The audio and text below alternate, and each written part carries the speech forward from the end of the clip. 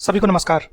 1 अगस्त को मार्केट ने जो ऑल टाइम हाई लगाया था 25,000, वहां से ये अपना एक शार्प डिक्लाइन दिया था अगले 2 दिनों में और 4% मार्केट जो है वो नीचे की तरफ आया था और अभी देखा जाए तो 3.4% के करीब करीब अभी मार्केट अपने टॉप से नीचे है। अब ये वही समय होता है जब ज्यादा से ज्यादा जो शेयर्स होते हैं वो ऊपर से नीचे गिरना शुरू होते हैं और फिर हमको हमारे इन्वेस्टमेंट डिसीजंस में डाउट होने लगता है। और इसी तरह के कुछ क्वेरीज आने लगी हैं और मैं यहाँ पे बजाज फाइनेंस को पिक करूंगा क्योंकि ये ईजी हो जाता है। अगर मेरे मल्टीपल सब्सक्राइबर अगर एक ही शेयर को रिक्वेस्ट करते हैं रिव्यू करने के लिए तो वो ईजी होता है कि उसी शेयर को हम रिव्यू करें। तो अब हम यहाँ पे बजाज फाइनेंस को रिव्यू करेंगे और जो कि कंसर्न देखा जा सकता है कि हाँ, पिछले कई समय से ये एक रेंज बाउंड भी है और साथ ही साथ ये अभी सडनली काफी कम समय में ऊपर से नीचे आया है। तो बजाज फाइनेंस के शेयर की अगर हम बात करें तो जो इसका टॉप था अक्टूबर 23 में जो लगा था, तो वहां से ये शेयर अपने टॉप से ऑलमोस्ट 20% नीचे आ रखा है और अगर पिछले एक महीने में देखा जाए तो मोर देन 8% ये अपने टॉप से डाउन है। तो वाजिब सी बात है कि हमको थोड़ा सा डाउट होने लगता है कि ऐसा क्या प्रॉब्लम है, क्योंकि बजाज फाइनेंस को हम यूजुअली एक बहुत अच्छे शेयर की तरह उसका इंप्रेशन है, लोगों को वो काफी अच्छा लगता है और कई लोगों का एक काफी हद तक के उसमें अच्छा पोर्टफोलियो वेटेज होता है। तो अब हम यहाँ पे समझने की कोशिश करेंगे। तो देखिए नेट क्विकली अगर मैं एक लाइन में बोलूँ तो ये वन ऑफ द वो शेयर्स हैं जिसमें आपको डरने की जरूरत नहीं होती। और ये चीज हम आगे जाकर के जो हमारा मेथड है, जिस तरह से हम स्टॉक्स को एनालाइज करते हैं, वो मेथड मैं यहाँ पे क्विकली फॉलो करूंगा। लेकिन कुछ ही शेयर्स ऐसे हैं मार्केट में जहां पे आपको 100% कॉन्फिडेंस होता है, उसी में से एक है बजाज फाइनेंस। फर्क बस इतना है कि कभी ये ऊपर चलता है, कभी नीचे चलता है, कभी ये साइडवेज में होता है। तो उसके लिए हमको थोड़ा सा डिसिप्लिन फॉलो करना पड़ेगा, जो कि हम इस चैनल के थ्रू, वो मोटो के थ्रू हम आगे बढ़ेंगे और हमको यहाँ पे वो डिसिप्लिन रखना पड़ेगा कि किस तरह से हमको इस स्टॉक में अपना कमिटमेंट दिखाना चाहिए। तो अब अगर मैं शेयर की बात करूं तो देखिए, बजाज फाइनेंस हमें सब पता है कि ये किस तरह का कंपनी है, किस तरह का ये बिजनेस करता है। अगर आप स्टॉक मार्केट में काफी टाइम आपको हो गया है तो ऐसा हो ही नहीं सकता कि आपको इस कंपनी के बारे में बिजनेस ना पता हो। और अगर आपको नहीं पता तो मैं यहाँ पे अभी फिलहाल कवर नहीं करूंगा, क्योंकि मैं ये वीडियो को थोड़ा क्विक और छोटा बनाना चाहता हूं। तो आप यहाँ पे इसको जाकर के स्टडी कीजिए, कमेंट में शेयर कीजिए कि किस तरह की कंपनी है ये। अब अगर इसके इंडिकेटर्स की बात करें तो करंट जो इसका प्राइस चल रहा है 6458, ये टेक्निकली ये काफी अपने लोअर रेंज में चल रहा है।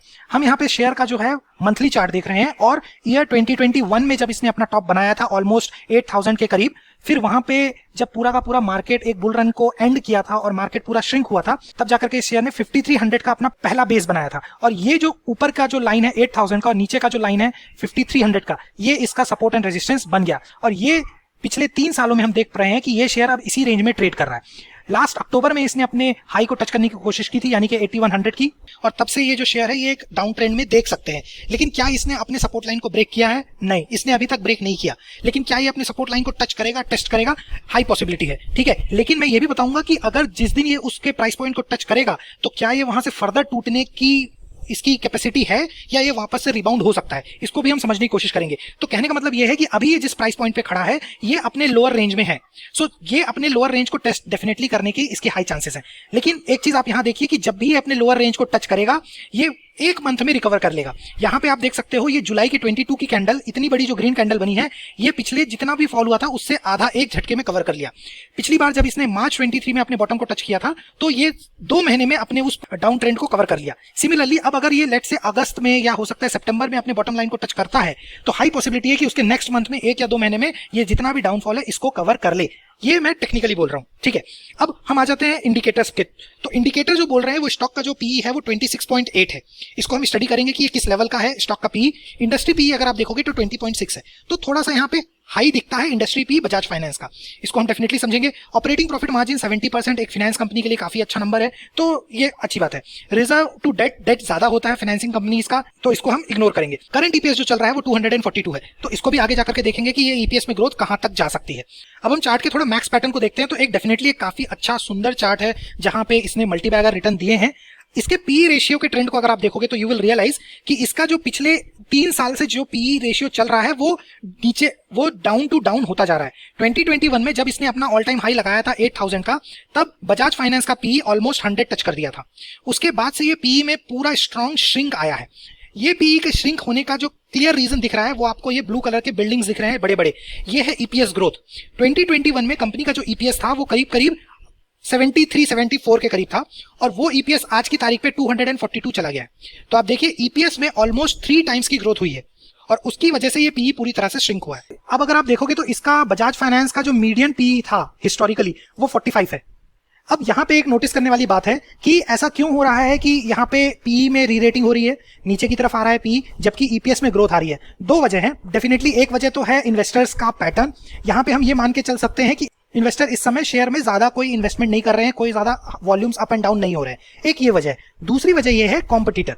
हमने ये चीज समझी थी जब हमने हमारे चैनल पे डिस्कशन किया था जियो फाइनेंशियल सर्विसेज के शेयर के बारे में, और ये हमने देखा था कि किस तरह से जियो का जो फाइनेंसिंग ग्रुप है वो बजाज फाइनेंस को किस तरह से कंपटीशन देगा। और इसका एक और वीडियो हमने पहले भी बनाया था जहां पे हमने बिजनेस मॉडल का डिस्कशन किया था जियो के। तो वहां पे हमको समझ में आ रहा था कि एक कंपटीशन है जो कि बजाज फाइनेंस को फेस करना पड़ेगा। लेकिन वापस से अगर हम बजाज फाइनेंस की बात करें तो यहां पे इतना भी ज्यादा चैलेंजिंग नहीं होगा जितना चैलेंजिंग पेंट इंडस्ट्री में है।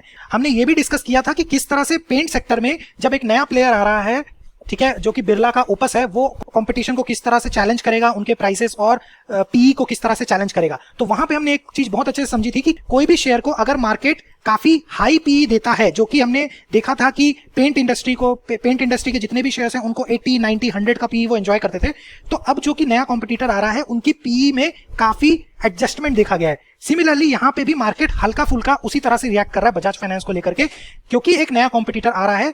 और बजाज फाइनेंस हिस्टोरिकली 45 के पीई को एंजॉय करता था ऑन एन एवरेज। लेकिन अगर आप देखोगे तो ये जो डॉटेड लाइन है 45 की, इससे ऊपर काफी टाइम तक बजाज फाइनेंस ट्रेड किया करता था, 2017-18 में भी और 2021 में भी। तो ये जो इनका जो पीई मल्टीपल इनको मार्केट देता था, इनके सेंटीमेंट जो इतने पॉजिटिव हुआ करते थे वो थोड़े से यहाँ पे न्यूट्रल हो गए हैं, और इसकी वजह से अब बजाज फाइनेंस नीचे की तरफ आया है। अभी अगर ये बजाज फाइनेंस का पीई 45 के पास होता तो हम ये एक्सपेक्ट करते कि हो सकता है ये और नीचे जाता। अब जो कि ये पीई 28-25 के अराउंड आ गया है, ये काफी हद तक के अपने लोएस्ट पीई रेंज में आ गया है, ये क्लियर है। और अगर आप हिस्टोरिकली देखोगे तो इसका जो लोएस्ट पीई था वो 21 था। ये नंबर को आप नोट कीजिए, क्योंकि मैं आगे जाकर के बताऊंगा कि ये पीई सपोर्ट कितना स्ट्रांग बनेगा बजाज फाइनेंस का। तो पीई जो कि इसका लोएस्ट रहा है हिस्टोरिकली वो 21 रहा है। तो जब भी शेयर्स में एक डाउन ट्रेंड या एक कंसोलिडेशन होता है तो उसके पीछे कई बार ऐसे रीजंस होते हैं कि बिजनेस थोड़ा सा स्टेबल हो गया है, ज्यादा ग्रोथ नहीं हो रही। तो चलिए वो चेक कर लेते हैं कि बिजनेस कैसा चल रहा है बजाज फाइनेंस का। तो अगर आप इसके ट्रेलिंग 12 मंथ्स का सेल्स देखोगे तो 58,000 करोड़ है, और हिस्टोरिकली 54,000 करोड़, 41,000 करोड़, 31,000 करोड़, 26,000 करोड़, 26,000 करोड़। तो अगर आपको क्लियरली यहां देख पा रहे हो कि 4 सालों में जो इसका 26,000 करोड़ का बिजनेस सेल्स ये करते थे वो डबल होकर के 58,000 करोड़ हो चुका है। तो सेल्स पिछले 4-5 सालों में डबल हो गई है। तो इससे क्लियर इंडिकेशन है कि कंपनी में सेल तो हो रही है। प्रॉफिट मार्जिन काफी हद तक के स्टेबल है, जबकि काफी स्ट्रॉन्ग रेंज में 35 के रेंज में चले गए हैं, यानी कि मार्जिन में भी कोई चैलेंज नहीं है। अगर नेट प्रॉफिट की बात करें तो 2020 का जो नेट प्रॉफिट होता था 5,000 करोड़, वो 3 गुना हो चुका है, 14,000 करोड़ हो चुका है। इसकी जो प्रॉफिट थी वो 7,000 करोड़ थी। अब आप यहां पे देखिए 7,000 करोड़ की जो प्रॉफिट थी वो ऑलमोस्ट 15,000 के करीब हो गई इन ऑलमोस्ट 2 ईयर्स, 2.5 ईयर्स। अब इसका मतलब यह है कि मार्केट ने मार्च 22 में जितना भी इसको पीई दिया था, जितने भी उस तरह के इनके सेंटिमेंट्स थे, वो आज भी मेंटेन होने चाहिए, एटलीस्ट अगर मिनिमम देखा जाए तो। तो अगर हम इसके शेयर को वापस से देखेंगे तो शेयर प्राइस जो था मार्च 22 के टाइम पे, शेयर का प्राइस जो था वो 6600 था, ठीक है, और अभी भी जो शेयर का प्राइस है वो 6400 के करीब है। यानी कि जो इसका प्रॉफिट 2 साल में डबल हो गया है, शेयर का प्राइस कहीं नहीं मूव किया, वहीं का वहीं है। तो जब मार्केट एक 7,000 करोड़ के प्रॉफिट में इस शेयर को 66 रुपीज का प्राइस दे सकता है, तो जब प्रॉफिट ट्रिपल हो चुके हैं 15,000 करोड़, तो प्राइस वहां क्यों खड़ा है? ठीक है, ये एक हमेशा सवाल पूछने वाली होती है। यही चीज आपको इसके पीएनएल स्टेटमेंट में यहां क्लियरली समझ में आएगी कि पिछले 3 साल में प्रॉफिट जो है वो 48% से ग्रो किया है, ट्रेलिंग 12 मंथ्स में 21% से ग्रो किया है। इतना प्रॉफिट इस कंपनी ने बनाया, लेकिन शेयर का प्राइस 0 मूव किया है, -7% खड़ा है। तो कहने का मतलब यह है कि जितना भी प्रॉफिट हुआ है वो शेयर के प्राइस में अभी तक के रिफ्लेक्ट नहीं हुआ है, ये होना बाकी है। कब होगा ये किसी को नहीं पता, लेकिन डेफिनेटली ये एक मूवमेंट आना इसमें बाकी है। अब हम अगर शेयर होल्डिंग पैटर्न की बात करें तो यहां भी कोई बड़ा नेगेटिव नहीं है। जो प्रमोटर है वो 55-54 का शेयर रखे हैं, एफआईआई जो है वो 23-21% का शेयर रखे हैं, डीआईआई ने करीब करीब देखा जाए तो अपने शेयर्स बढ़ाए ही हैं 14% के अराउंड, एंड पब्लिक तो 9% के अराउंड है। शेयर होल्डिंग पैटर्न में इतना कोई मेजर चेंज यहाँ पे हमको नहीं दिख रहा है। लेकिन एक चीज मैं यहाँ पे कैच करने की कोशिश करूंगा कि ये जो एक शेयर है बजाज फाइनेंस और इसके जैसे और भी कुछ शेयर्स हैं जो कि एफआईआई हैवी पॉकेट्स हैं, ठीक है, एफआईआई की होल्डिंग्स यहाँ पे काफी स्ट्रांग होती है, और जिसकी वजह से एफआईआई का जो इंटरेस्ट है या एफआईआई का जो सेंटीमेंट है उसके बेसिस पे ये शेयर काफी हद तक के मूव करता है। और हमने ये चीज देखी है मार्केट में पिछले 2 सालों में एफआईआई की जो पोजीशंस रही हैं वो शॉर्ट हैंडेड ही रही हैं। ये चीज हम यहाँ पे एक डेटा के साथ यहाँ पे स्टडी करने की कोशिश करेंगे। ये एक डेटा है जहां पे हम एफआईआई और डीआईआई के कैश में किस तरह से उनके परचेज और सेल्स रहे हैं। सो एफआईआई के अगर हम नेट परचेज या सेल्स की बात करें तो जुलाई में फिलहाल ये ग्रीन है, जून में ग्रीन है, लेकिन इसके पहले मई में इन्होंने काफी हैवी सेलिंग करी है, 42,000 करोड़ की, 35,000 करोड़ की अप्रैल में सेल करी है।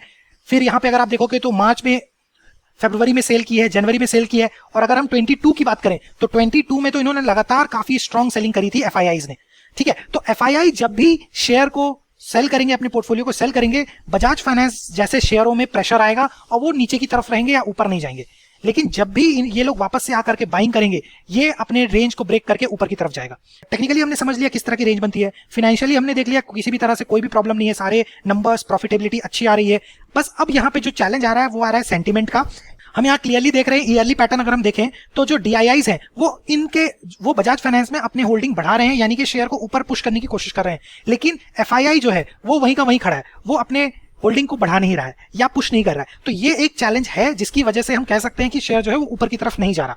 तो ये काफी कुछ सेंटीमेंट बेस्ड है, ना कि इसकी कंपनी का कोई भी फंडामेंटल में कोई चैलेंज है, ना ही कोई यहाँ पे कोई कंपटीशन में इतना बड़ा कोई चैलेंज है। कंपटीशन की बात जो मैंने करी थी वो यहाँ पे पूरी तरह से मैं कह सकता हूं कि एब्जॉर्ब हो गई है।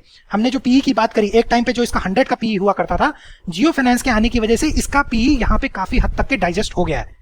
अब ये शेयर जो आज 26 के पीई पे खड़ा है, इसने जियो फाइनेंस के कंपटीशन को डाइजेस्ट कर लिया है, डीआईआईज के अपलिफ्टमेंट को डाइजेस्ट कर लिया है, एफआईआई का यहाँ पे एंट्री होना या अपलिफ्टमेंट होना बाकी है। अब हम थोड़ा सा समझ लेते हैं कि यार फ्यूचर कैसा है। बिकॉज देखिए चैलेंज तो होगा, कंपटीशन के आने से एक चैलेंज होगा, लेकिन इतना जल्दी भी इतना भी नहीं है कि बजाज फाइनेंस की दुकान बंद हो जाएगी, ठीक है। यहाँ पे जो हमारा ईपीएस ग्रोथ की प्रोजेक्शन है ट्रेंड लाइन के बेसिस पे, अभी जो इसका ईपीएस है 236 का, हाई एस्टिमेट में 294 के करीब जा सकता है। तो ये एक ऑलमोस्ट 20% की ग्रोथ है, काफी स्ट्रॉन्ग ग्रोथ है, ठीक है ना। और सेल्स की भी अगर हम बात करें तो यहाँ पे इनका रेवेन्यू अपसाइड में ही जाने की पॉसिबिलिटी दिख रही है, जो कि 36,000 करोड़ से 45,000 करोड़ जा सकता है, यानी कि ऑलमोस्ट यहाँ पे मोर देन 20% की ग्रोथ दिख रही है। 45,000 करोड़ से ग्रो होकर के ये 56,000 करोड़ जा सकता है, यानी कि अगेन यहाँ पे 20% से ऊपर की ग्रोथ दिख रही है। तो सेल्स में जियो आने की वजह के बाद भी एक प्रोजेक्शन यहाँ पे अच्छा है कि 20% से इनका टॉप लाइन रेवेन्यू ग्रो करेगा और 20% से इसका ईपीएस भी ग्रो कर सकता है FY25 में। अब हम इसके शेयर टारगेट को समझने की कोशिश करते हैं कि यहां से शेयर कैसे जाएगा। तो टेक्निकली मैंने क्लियरली बोला, ये इस अपने प्राइस पॉइंट को टेस्ट करके ऊपर की तरफ जाएगा और ऊपर जाकर के वापस 8,000 के अराउंड ये खड़ा हो जाएगा। लेकिन क्या ये नीचे जाएगा, इसको भी समझ लेते हैं, ठीक है। इसके लिए हम हमारे मेथड में जाएंगे और मेथड से इसको समझेंगे। सो आपको पता है कि हम हमारे डिसिप्लिन इन्वेस्टर चैनल में एक प्रोसेस फॉलो करते हैं, जिससे हम यहाँ पे प्राइस के स्ट्रेंथ को और उसके पोटेंशियल को टेस्ट करने की कोशिश करते हैं। तो यहाँ पे अगस्त में जो कि इसका प्राइस चल रहा है 6,458, जो कि अभी इसके करंट पी 26 पे खड़ा है, और इसका जो ईपीएस है करेंटली रिपोर्टेड वो है 242। तो ये तो हो गए रियल नंबर्स। लेकिन अगर हम इसके फेयर वैल्यू को निकालने की कोशिश करें तो दो तरीके से हम इसके फेयर वैल्यू को निकाल सकते हैं। एक तो इंडस्ट्री पी हमने देखा है 20 के अराउंड है। तो अगर हम इसके इंडस्ट्री के पी से अगर हम इसका फेयर वैल्यू निकालेंगे तो 4,800 के करीब आता है, जो कि -25% है।